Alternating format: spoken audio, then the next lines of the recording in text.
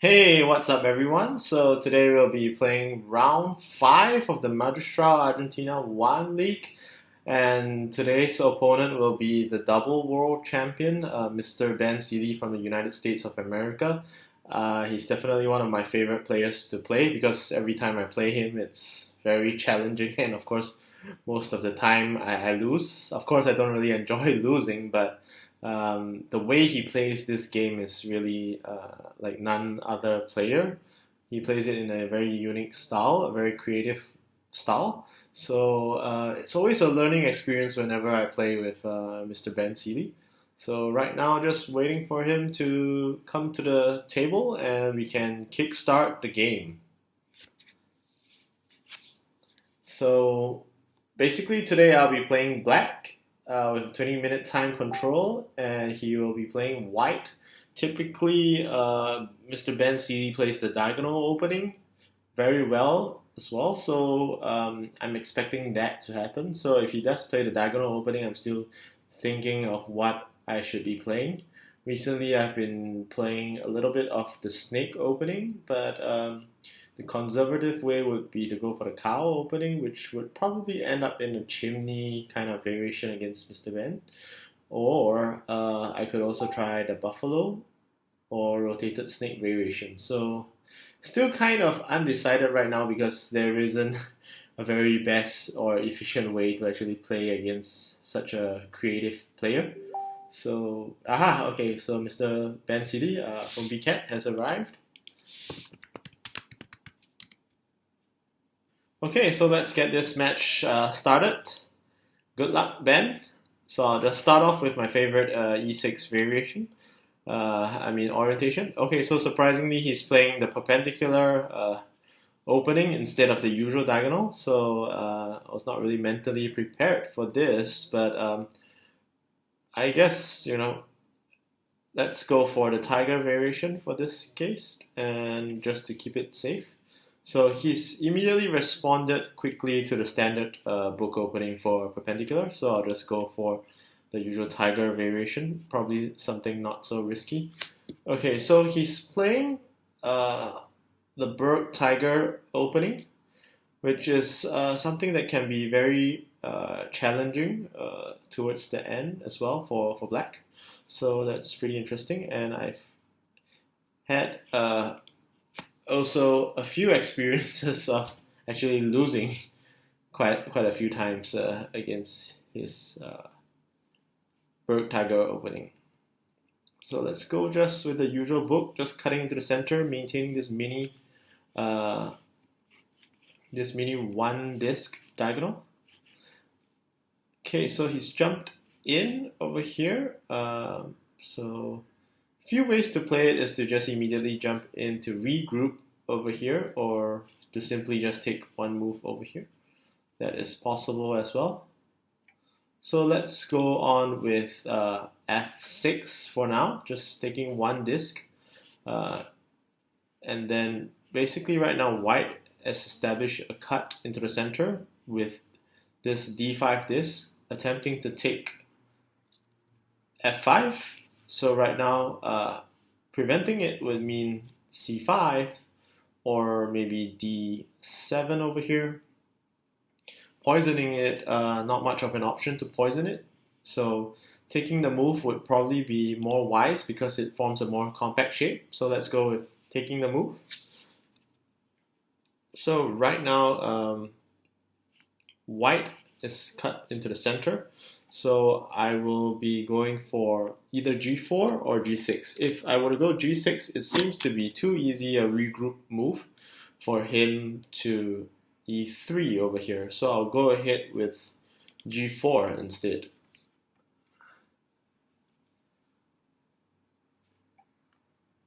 So this bird tiger sequence is also quite commonly played online at least. So right now, white is taking a diagonal cut against this entire row of discs. So I'll just jump for the center, occupy the center shape intuitively with e7 over here.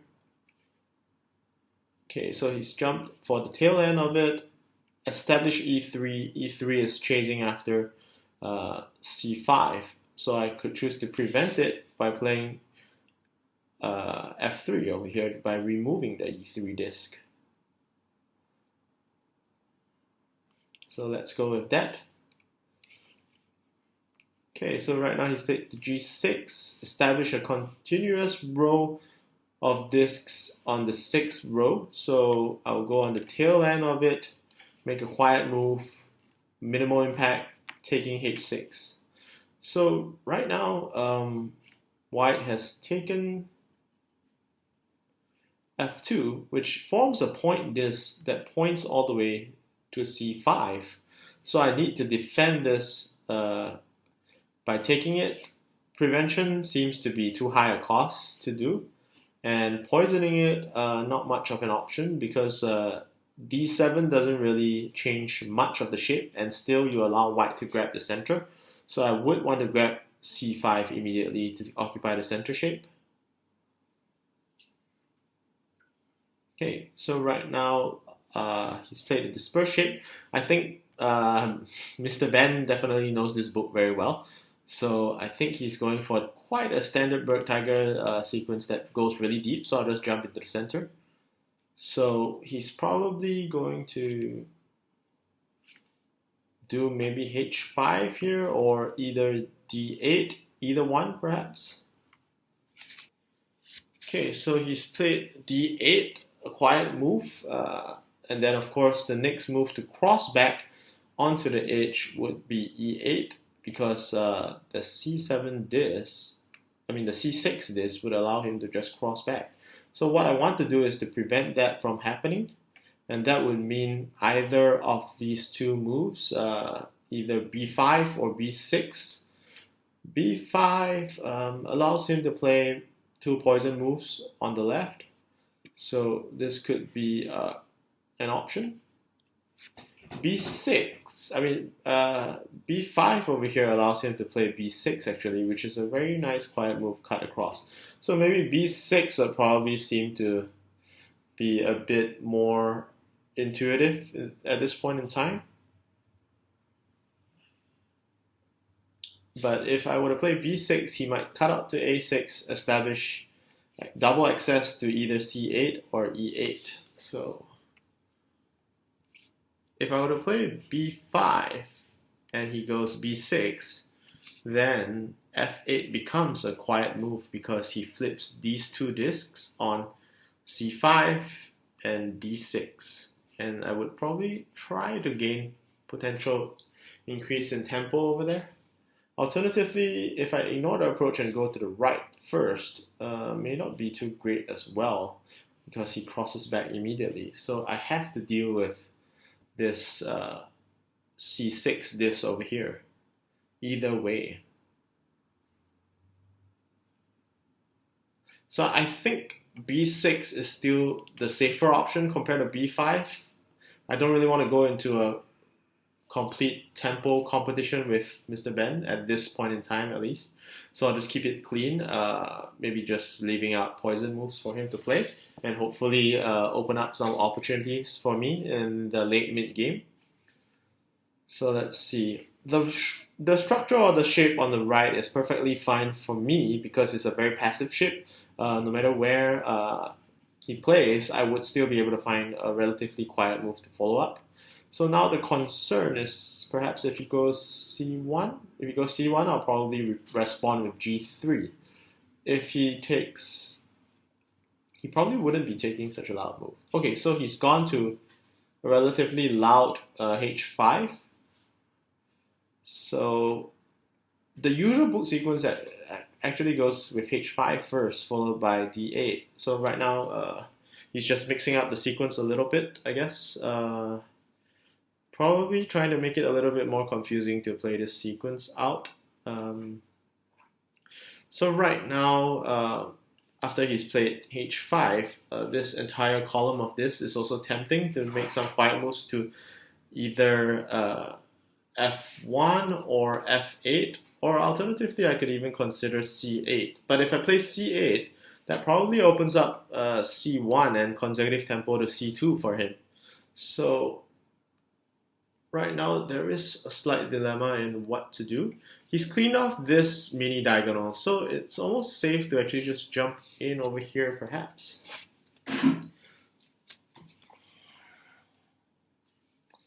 So this is probably one of the more challenging aspects of Othello, in the sense that in the mid game you want to determine your direction. It would be, sort of decided with just maybe one or two moves in the mid game, and it would then determine the entire direction of the game. So right now, just finding it very challenging to kind of discern which move is better. Let's try to work it out. If I would not respond to this H, okay, if I were to respond to this edge, I would gain one more tempo to H7. So I'll grab this edge. He goes here. I'll take this. He jumps in. This would be poison for me. Not too ideal at this point in time. So right now the concern is he forms a stable shape over here. And if I take this, he basically goes up. Form up a solid shape to the top. I would proceed on to the right, perhaps control this line. That may not be too favorable for me as well.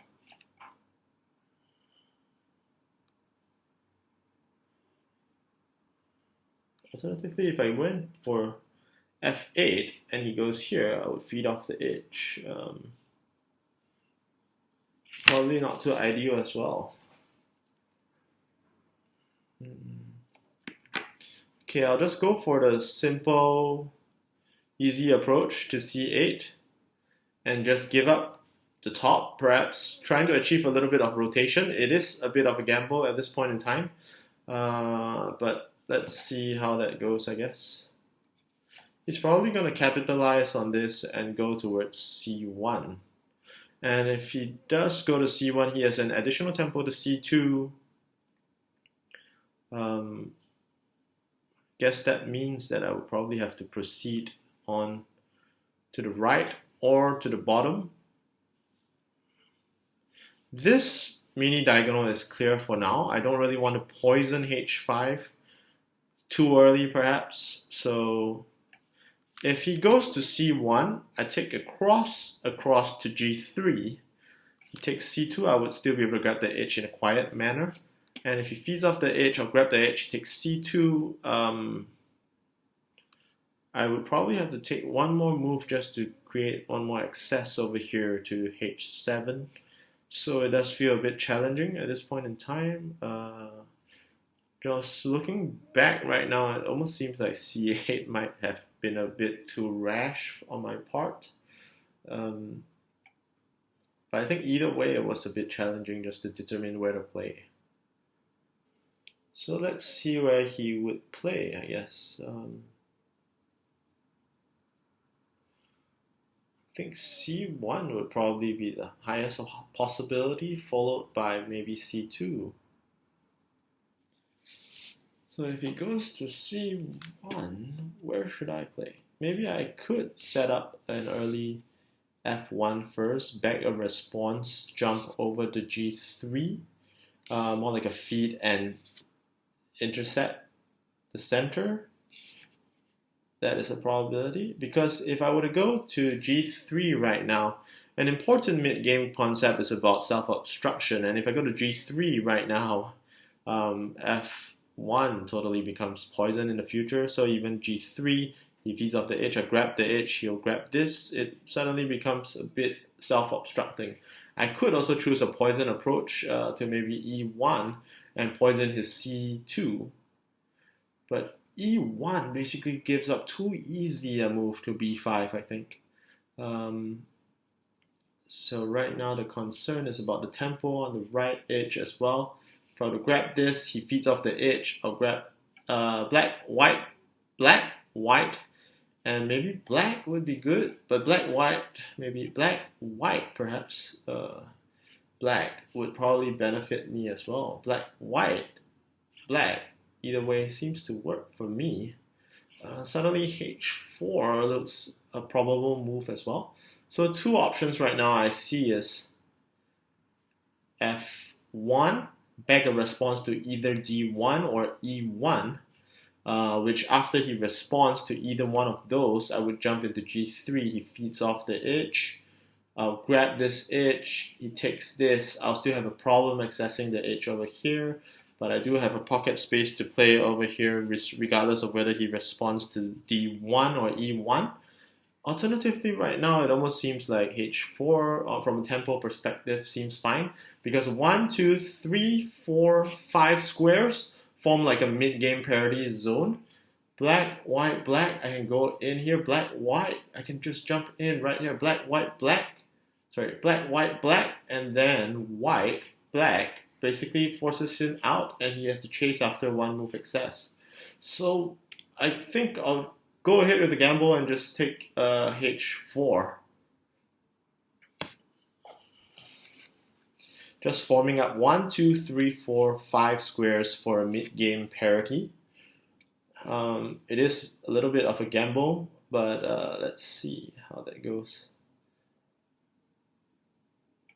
This early edge establishment basically gambles the bottom away because it's just basically established this that poisons everything below.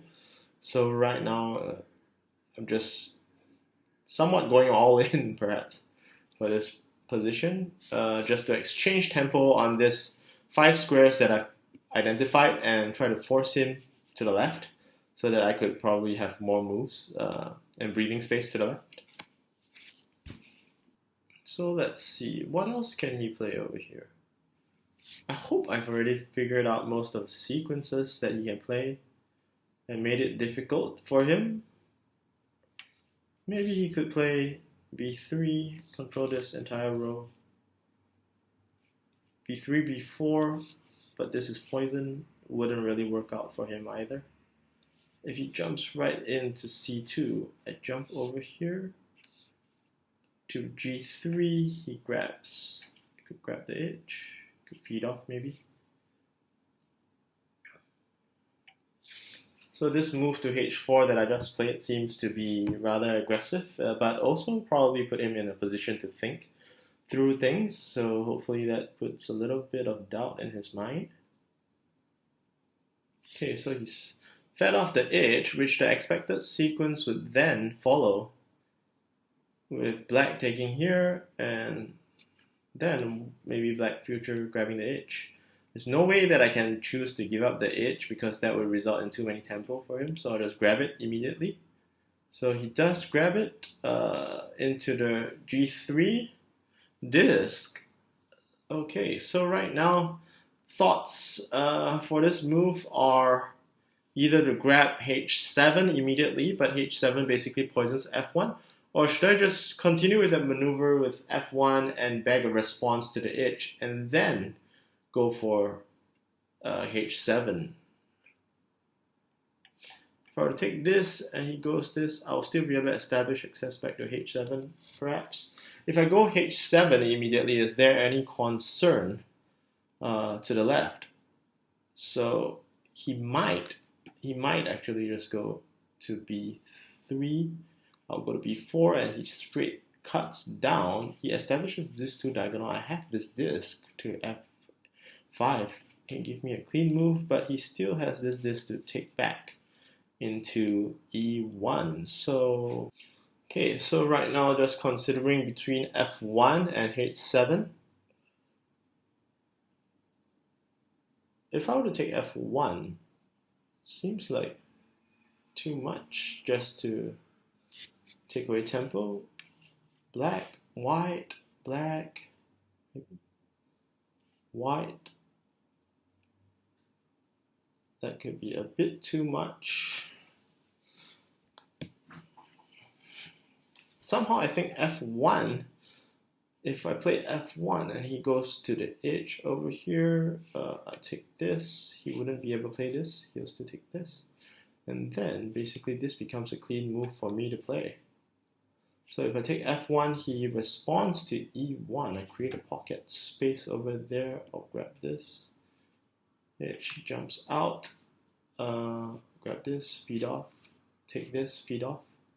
Then I'll be able to jump right into B5.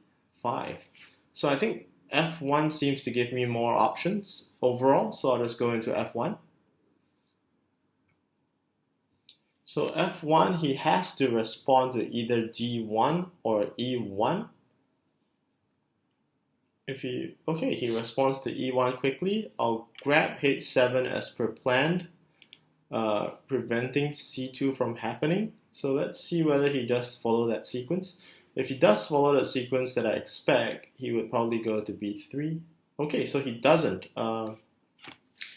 In that case, I might be forced into a dilemma over here to probably either play e8, give up the edge, slot it in for that easy wedge play, black, white, black. This becomes a quiet move. I have a bit of a problem here.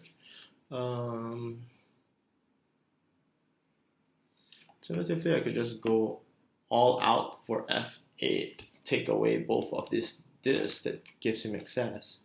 And he still gets a very clean move over here. So that is a problem now. Could feed this off first, but I think I should keep control of this as much or as long as possible. Okay, let me just feed off this. Back the response, go for the slot in.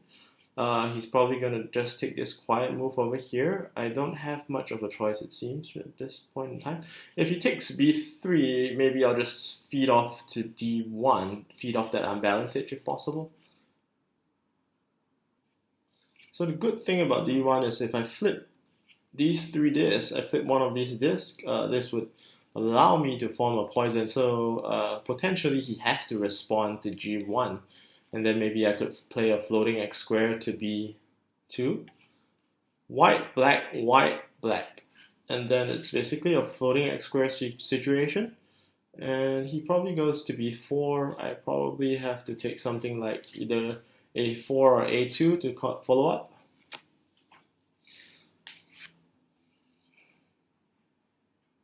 So right now it's quite difficult to tell at this point in time.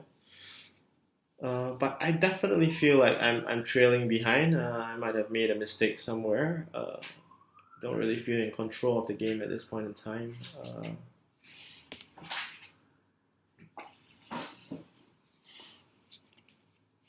So just under 6 minutes to go. Usually Mr. Ben Seeley is able to pull off very good endgame sequences, so it's going to be very tight for me in terms of time. I cannot afford to waste too much time in the end game, but yet there are key moments that you have to just stop and decide. So this is probably one of those key moments for Mr. Ben right now. Not too sure what is he thinking, but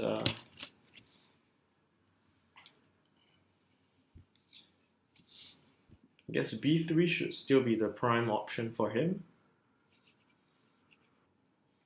If he plays b3, I'm just wondering whether I could play c2.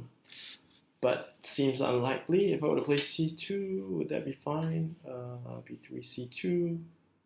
Actually might be playable because these two would be somewhat like a mid-game parity, even square region that I could capitalize if, in a sense that if he plays either one of those, I could play the other one. So white-black could be a potential sequence. White-black, even if white goes here, I could still capture the edge with exclusive 3 square region to the top right.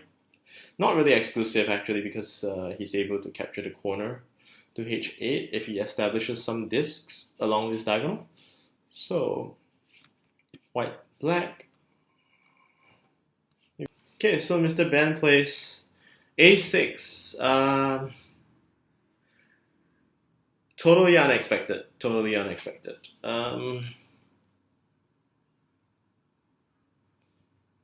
a6.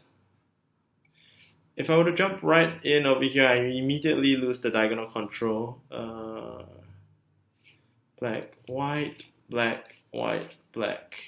Am I able to force him out of that?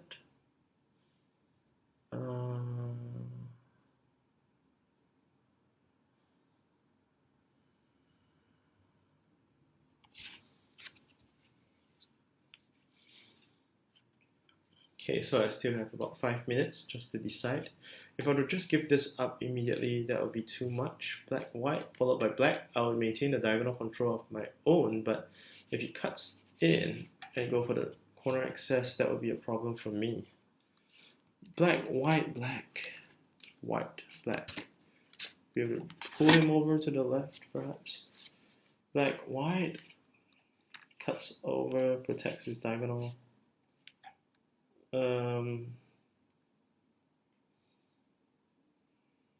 Black, black, white, black.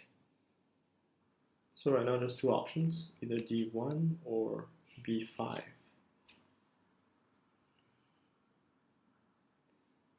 would just pull the trigger on D1 right now, it would be a problem. With B5, he has to go to the X square. Okay, I'll probably just go with B5, let him take the diagonal control. If he takes the diagonal control, he establishes some white disk over here, thereby protecting this diagonal, potentially.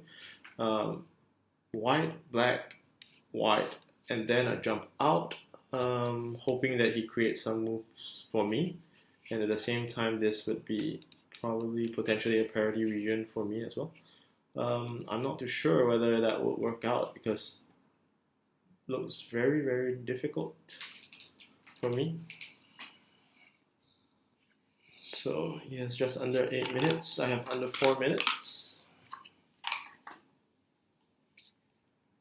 Here he goes for the diagonal control. I have to take this.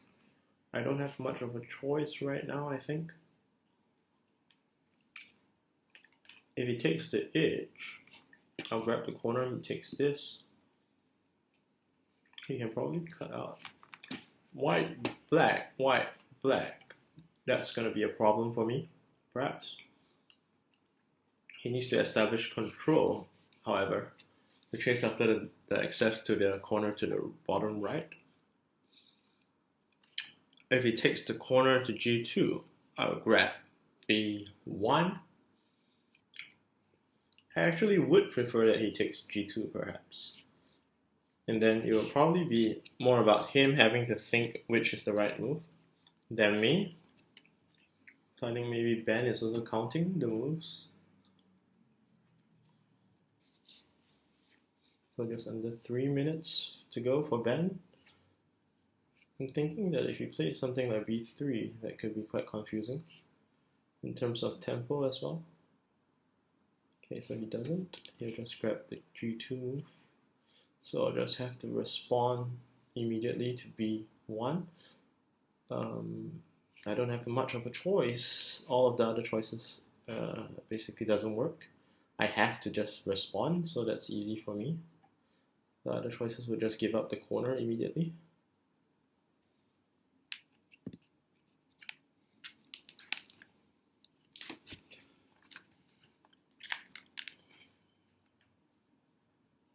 Okay, so right now he's taken B4, cut out to the access. He has the corner access right now. Probably isn't that much of a worry at this point in time, I guess. So just go ahead to establish the corner access. Probably not much to think about here. Then right now, if he plays to B3, I mean A3, I basically just jump in. Would I lose parity per se? Black, white, black, white. I might lose parity, but hopefully I have enough discs. He takes the corner. Right now he's chasing after H1, but I don't really have to respond to that move at this point in time, perhaps. Also, right now I don't really have to respond to G8. Would it then make sense for me to actually play something else? Like maybe A3 right now. A3, he goes in, chase after the access, after grab it, he goes in, and then basically I lose parity, so that could be a problem. So right now I do have to think about it actually.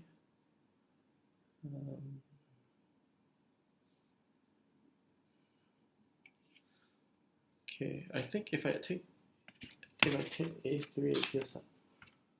If I take a3, it gives up a2 immediately. So I have to take g8 first, I guess. Just trying to convince myself a little bit.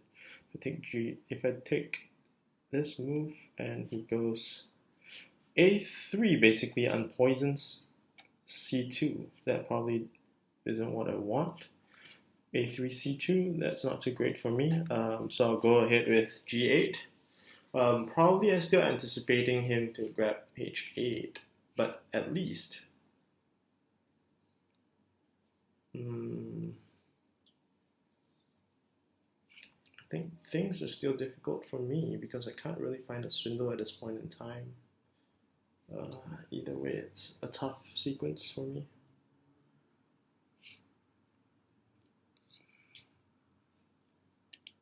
Probably have to take a3, he goes to c2. And then I basically don't have much of an option there. I have to take this, he takes the swindle, I'll grab this, and then I'll come back over here. Doesn't seem like enough discs for me at this point in time. Don't really see another way out or any other way that I could have played it. Oh no, okay, so he's going for the swindle. If I play this, he goes this, and he takes a very nice swindle over here, which renders me moot at that point. I guess I'll still take it. He'll probably go for that swindle. I have no choice, basically.